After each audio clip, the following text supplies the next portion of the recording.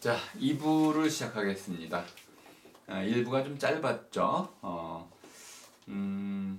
2부의 그 중요한 내용은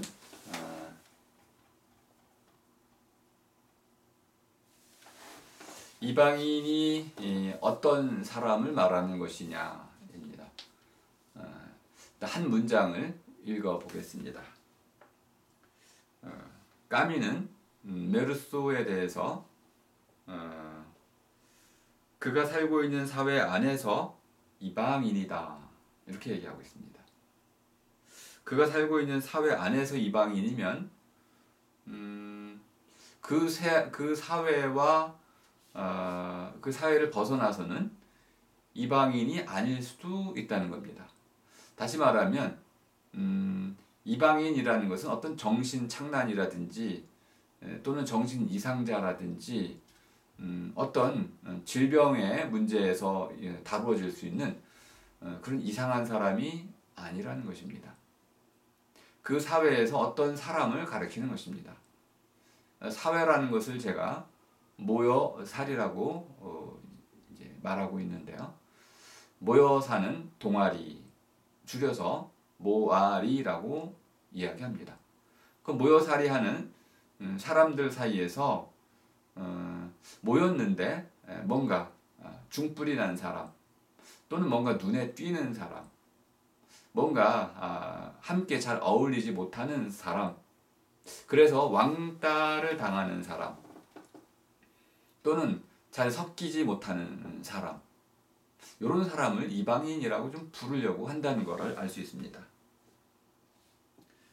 자, 그는 사람들이 흔히 말하는 뭐 사랑 또는 결혼 또는 어떤 직업 또는 사회적 관계 이런 것들에 좀 서툴거나 또는 아예 관심이 없습니다.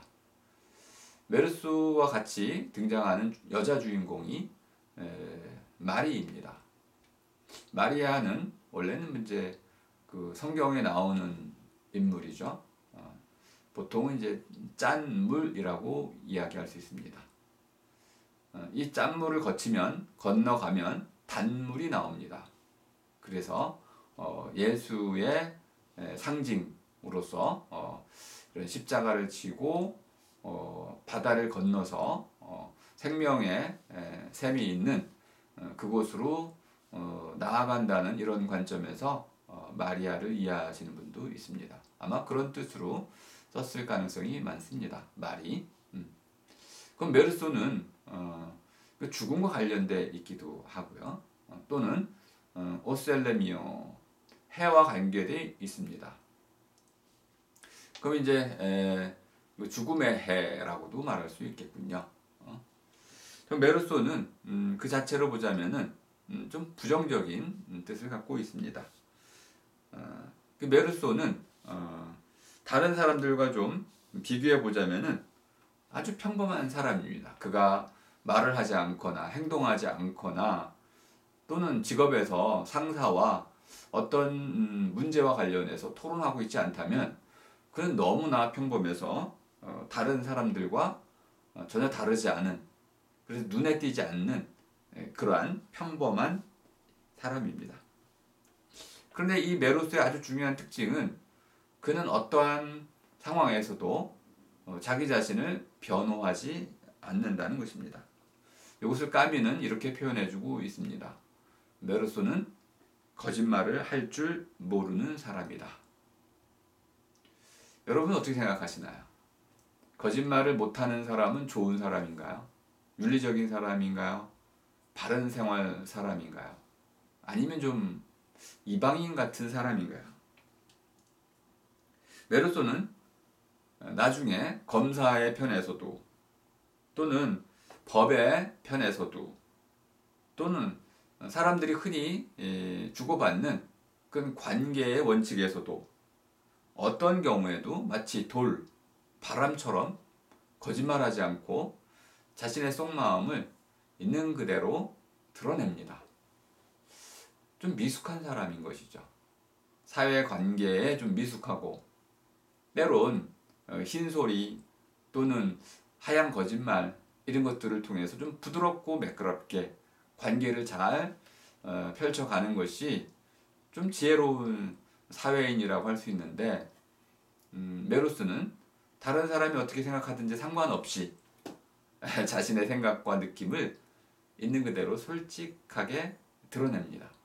그래서 거짓말 할 줄 모르는 사람이다. 우리 그런 사람을 만나면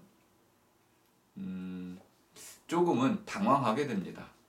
있는 그대로 나의 외모에 대해서 나의 어떤 단점에 대해서 그것을 있는 그대로 솔직히 말하는 사람을 우린 보통 달가워하지 않습니다.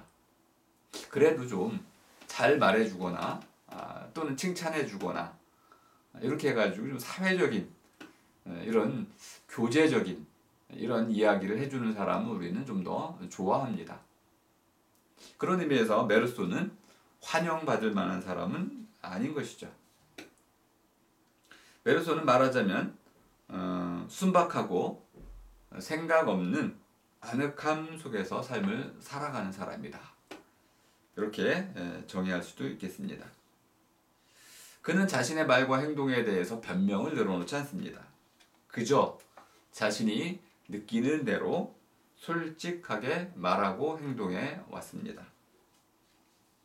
까미는 메르소를 그리스도라고도 표현하고 있습니다. 그리스도는 기름 부은 자, 우리를 구원해 줄 구세주라는 뜻인데요.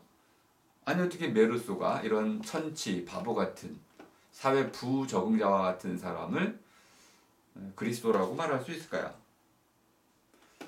그 부분을 이해하려면 이방인이라는 이 낱말 자체를 우리가 깊이 숙고해 봐야 됩니다. 까미는 이렇게 얘기하고 있습니다. 우리 모아리는 사회는 자기 어머니의 장례식에서 울어주는 사람을 필요로 한다. 이게 바로 우리가 슬픔을 표하는 방식입니다. 죽음에 대한 예의인 것이죠. 장례식장에서는 슬피 울어줘야 하는 것이죠. 바로 죽음의 의미에 대해서 우리가 무엇이 됐든지 간에 이렇게 형식적으로 죽음에 대한 슬픔을 표현하는 것, 이것이 바로 우리 사회가 잘 돌아가는 아주 중요한 기능이라고 봤던 것입니다. 근데 메르소는 자기 어머니의 죽음에 대해서 눈물을 흘리지 않습니다. 슬퍼하지도 않습니다. 심지어는 그 어머니의 죽음에 대해서 그것은 어머니의 죽음은 아무래도 나와 상관이 없다. 이런 태도를 갖기까지 합니다.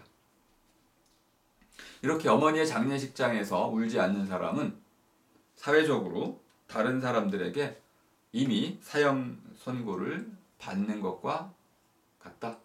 이렇게 표현하고 있습니다. 사회가 요구하는 어떤 틀이 있습니다. 사람들 틀이라고 하는 하나의 틀이 있는데 이 틀을 따르지 않는 누군가는 그 틀에 치여서 결국 죽임을 당하게 된다는 것입니다. 자, 이방인이라는 이 낱말은 일단 에트랑제라는 프랑스어로 이해될 수 있을 테고요. 물론 잉글리시로는 stranger가 되겠습니다. stranger, 우리말로는 뭐 낯선 사람 정도로 이해가 됩니다. 낯설다라는 것은 낯이라는 것이 우리 얼굴을 뜻하는 글이죠. 낮은 해가 비쳐서 밝은 때를 말하는 것이고요. 밝게 드러나는 것이 이제 낯 얼굴입니다. 낯설다라는 것은 익숙함의 반대입니다. 그래서 뭔가 멀리 끌어당기는 것, 그래서 멀어지게 되는 것, 이것이죠. 끌리는 것, 끌어당기는 것, 멀리 빠져나가는 것, 썰물 하면은 빠져나가는 물입니다. 그래서 낯설다 그러면은 낯을 자꾸 멀리하게 돼서 피하게 되는, 또는 무서워하거나 그것을 나아가서는 미워하게 되는 것, 이것이 낯설입니다. 이때 이방이라는 말의 의미는 우리말로는 사실 쓰인 적이 없었습니다. 이방은 우리는 타방이라고 많이 썼고요. 또는 이국, 또는 이역 이렇게 또는 타지 이렇게 썼지 이방은 일본식 표현입니다. 이것을 이제 김하영 선생님이 이방인이라고 일본식 번역을 그대로 가지고 왔는데요. 이런 번역부터 우리가 까미를 이해하는 데 상당한 어려움을 불러일으켰습니다. 낯설미라는 것은 처음 보는 것에서만 일어나는 것이 아니고요. 우리가 늘 보던 사람이 갑자기 이제까지와는 전혀 다른 행동을 했을 때 아주 이기적으로 행동한다든지 아주 이기적인 사람이 너무나 이타적으로 행동한다든지 그 사람 안에 숨겨져 있던 어떤 내용이 갑자기 드러나면 우린 낯설게 느껴집니다. 또 심지어는 섬뜩하게 느끼기도 하죠. 그러니까 낯설다라는 것은 내가 어떤 친숙한 익숙해진 어떤 상황을 전제로 한다는 것을 알 수 있습니다. 그럼 이런 낯설이라는 것은 낯선 사람이라는 것은 나에게는 길들여질 수 없는 사람 또는 나에게는 너무 두려운 사람 이런 의미로 이해가 되겠습니다. 저는 이방인을 좀 다른 말로 새겨보려고 이제 하는데요. 일단 이방인에 대한 그 아주 중요한 논의 가운데 하나는 이제 호모 사케르라는 것입니다. 제가 줄을 좀 달아놨는데요. 호모 사케르는 이제 아감벤이라는 철학자의 주요 이제 낱말인데 추방당한 자라고 이해하시면 되겠습니다. 근데 추방에는 두 가지 종류가 있다고 볼 수 있습니다. 신성, 거룩함을 이제 어겨서 위배, 그래서 신께 죄를 짓는 바람에 추방당하는 자들. 그리고 국가적으로 어떤 이러한 주권자 또는 가장 높은 자를 건드리거나 옷을 건드리거나 신체를 건드리거나 또는 그의 어떤 그 위해를 가하거나 해서 이런 신성 불가침 영역을 이제 그 침범했을 때 그런 사람은 추방을 당하는데요. 그 추방당한 자는 누군가가 그를 죽였을 때도 무죄가 됩니다. 그 추방당한 자 이런 사람은 법의 보호를 받을 수 없는 자 이런 뜻으로 이해하시면 되겠습니다. 그래서 호모 사케르라는 건 호모는 사람이라는 뜻이고요.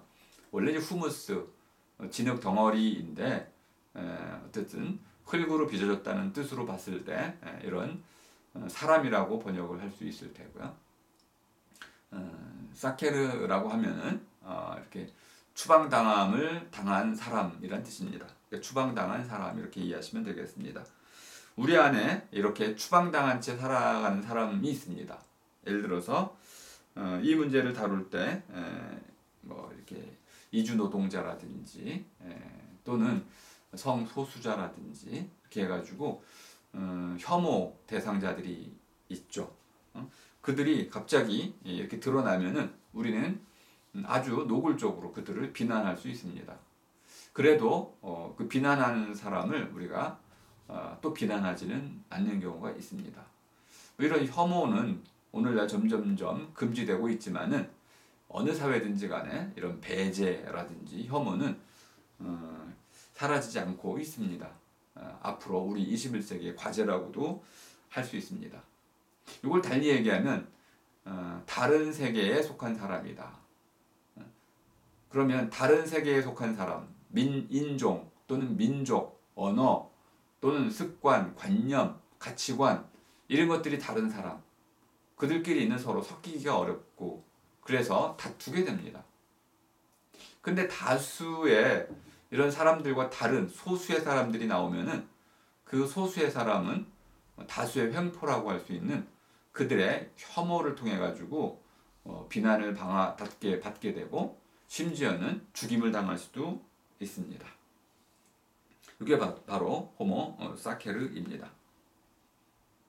그럼 이렇게 한 지역에서 한 이제 사회에서 한 사람이 이방인이 되는 것은 그가 같은 이제 민족이고 인종임에도 불구하고 다른 세계관을 갖고 살아간다는 것이죠. 이럴 때 우리는 충돌을 할 수 있는데요. 그런데 어떤 사람이 흔히 말하는 덜 떨어진 사람이다. 아직 사람이 덜 됐다 이렇게 얘기할 때 어린아이 같다, 미숙하다, 이런 사람에 대해서는 우리가 그를 무시합니다. 지위가 아주 떨어지거나 신분이 아주 낮은 사람들은 그렇지 않은 사람들이 그를 모욕을 하기도 하고, 또는 이번에 우리 이제 경비원 사태에서 봤듯이 사회적인 약자라고 취급되는 사람들은 함부로 짓밟힘을 당하기도 합니다. 근데 그 중에 메르소는 어린아이 같은 삶을 살아가는 사람입니다. 몸은 어른인데 행동과 말은 꼭 어린이처럼 살아가죠. 아직 미성숙 단계에 있는 것입니다. 이것을 칼 융은 리그레션이라고 표현했습니다. 퇴행적이다. 덜 자란 아이다. 덜 자란 어른이 되는 것이죠. 몸은 어른이지만 정신세계는 이런 어린아이 단계에 머물러 있는 이 퇴행의 모습을 보이는 사람, 이렇게 메르소를 그렇게도 이해할 수 있겠습니다.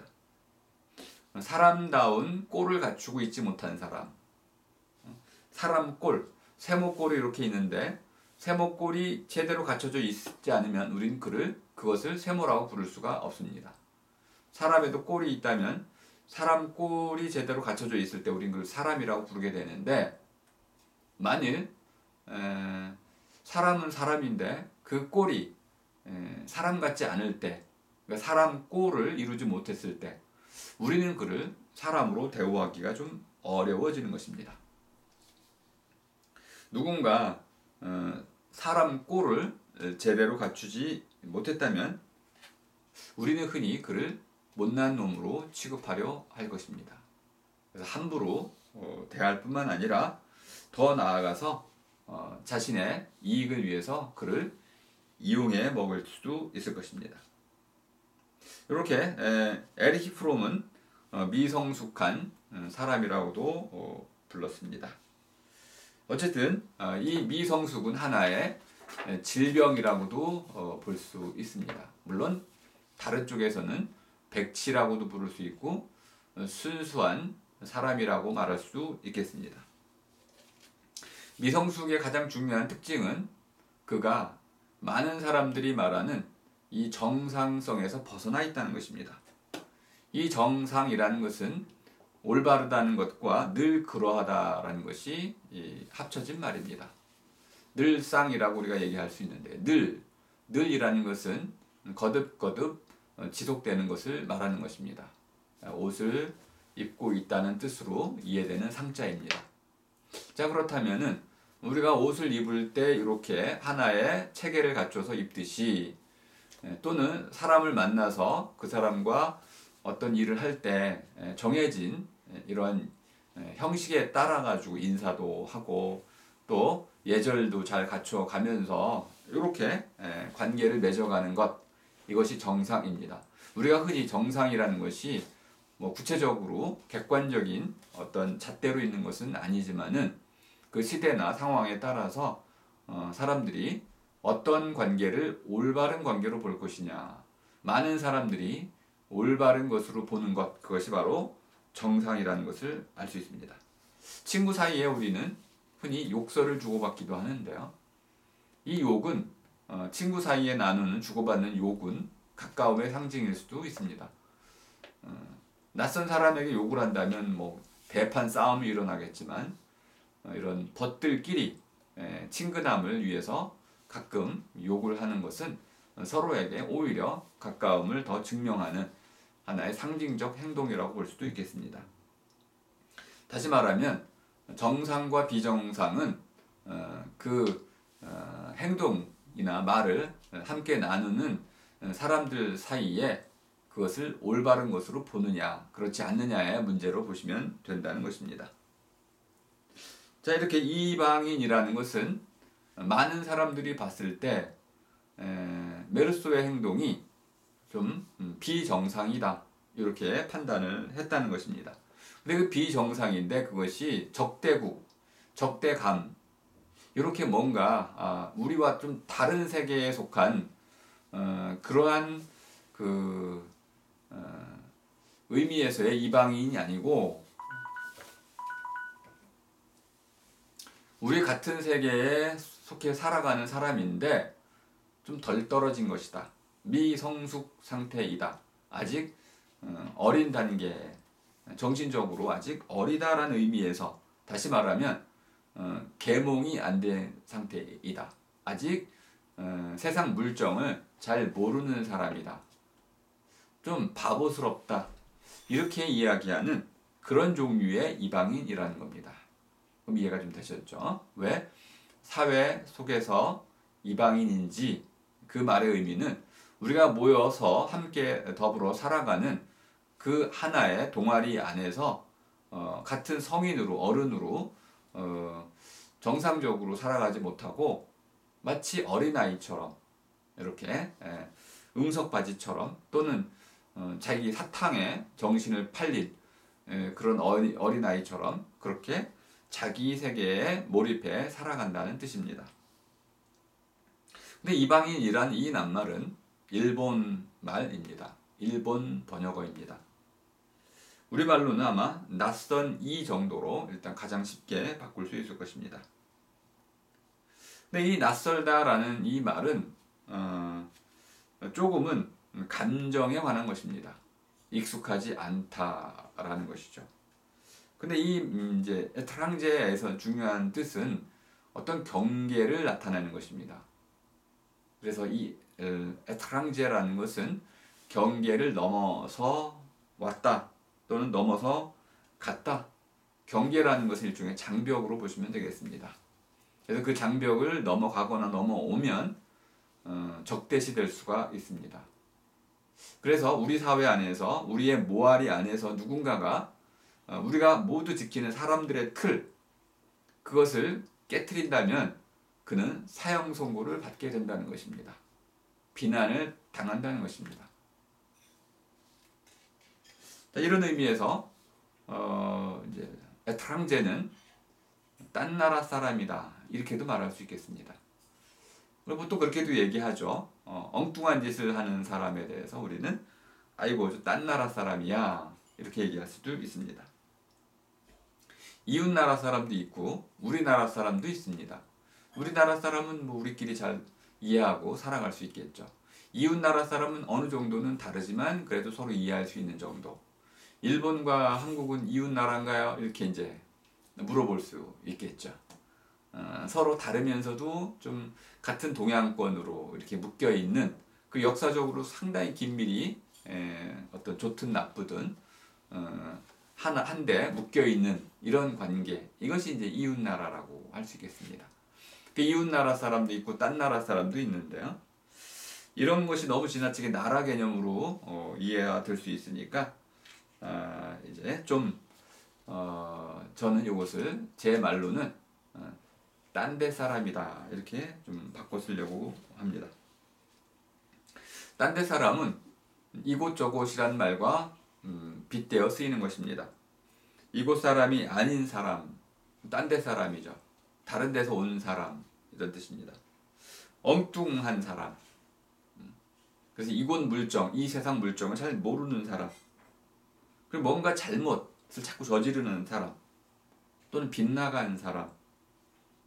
게다가 딴 데 사람은 뿌리가 없이 추방당한 사람. 이런 의미로도 쓰일 수 있겠습니다. 까미는 딴 데 사람으로 예수를 꼽기도 했습니다. 예수 그리스도는 이 세상에 태어나서 자라고 삶을 살았습니다. 그런데 그는 본디는 하늘나라 사람이었습니다. 그런 의미에서 딴 데 사람이죠. 딴 데 사람이었기 때문에 이 땅에서는 결코 이해받을 수 없는 사람. 그렇기 때문에 마침내 그 사람들의 틀, 유대인이라고 하는 유대교라고 하는 그 사람들의 틀에 너무나 어긋났고 그 틀 자체를 따르기를 아예 거부하고 저항했기 때문에 그 틀의 이름으로 거꾸로 예수가 죽임을 당하게 되는 것이죠. 메르소 역시 이렇게 그가 살던 그 모아리에서 딴 데 사람이었던 것입니다. 사실 그 곳에서 자라고 살아온 메르소이지만은 그 모아리 안에서 그가 바로 마치 딴 나라 사람처럼 행동을 한다는 것입니다. 예수는 분명 죄 없는 사람으로 태어났다고 기록되어 있습니다. 그가 신의 아들이라고 주장을 한다면은, 자, 많은 사람들은 그러한 용서를 받기 위해서 또는 영원한 생명을 얻기 위해서, 영생을 얻기 위해서 예수에게 구원을 요청하게 될 것입니다. 그런데 이것을 당시에 많은 사람들이 믿기 시작하자 그 이전에 이제 유대교는 큰 위험에 처하게 됩니다. 자기들의 삶의 틀이 깨지게 되는 것이죠. 자신들의 삶의 질서와 자신들이 믿고 있던 이 진리를 따르지 않는 그 예수에게 자신들의 세계를 받아들일 것을 요구하게 됩니다. 그것을 거절하자 결국은 그를 죽일 수밖에 없었던 것이죠. 딴 데 사람이라는 것은 그런 의미에서는 죽임을 당할 수밖에 없는 운명을 갖고 있다, 이렇게도 말할 수 있겠습니다. 자, 제가 계속 이제 그 이방인이라는 작품 얘기는 안 하고 낱말 얘기만 하고 있는데요. 뭐 제가 보기에는 이 에트랑제라는 낱말 하나를 이해하는 것이 이 소설 전체를 이해하는 것과 똑같다고 생각을 합니다. 어쨌든 자, 줄거리를 잠깐 소개해 드리겠습니다. 이 줄거리는 여러분이 직접 작품을 읽어보기를 제가 권해드리는데, 일단 파트리스 메르소라는 이름을 가진 남자가 주인공입니다.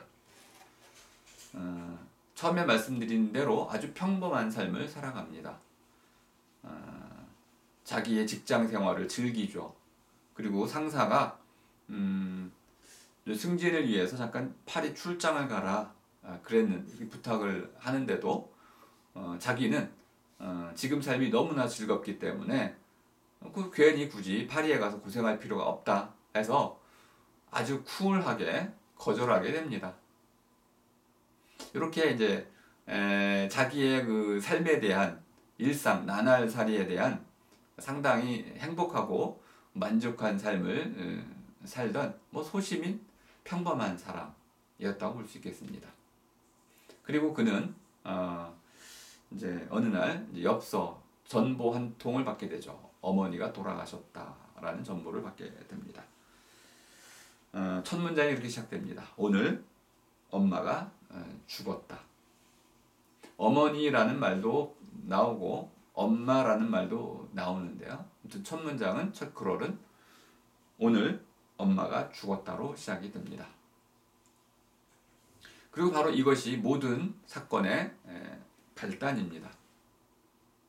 엄마가 죽었을 때 많은 사람들이 메르소에게 위안의 말을, 조문이라고 하죠. 위안의 말을 건너게 됩니다.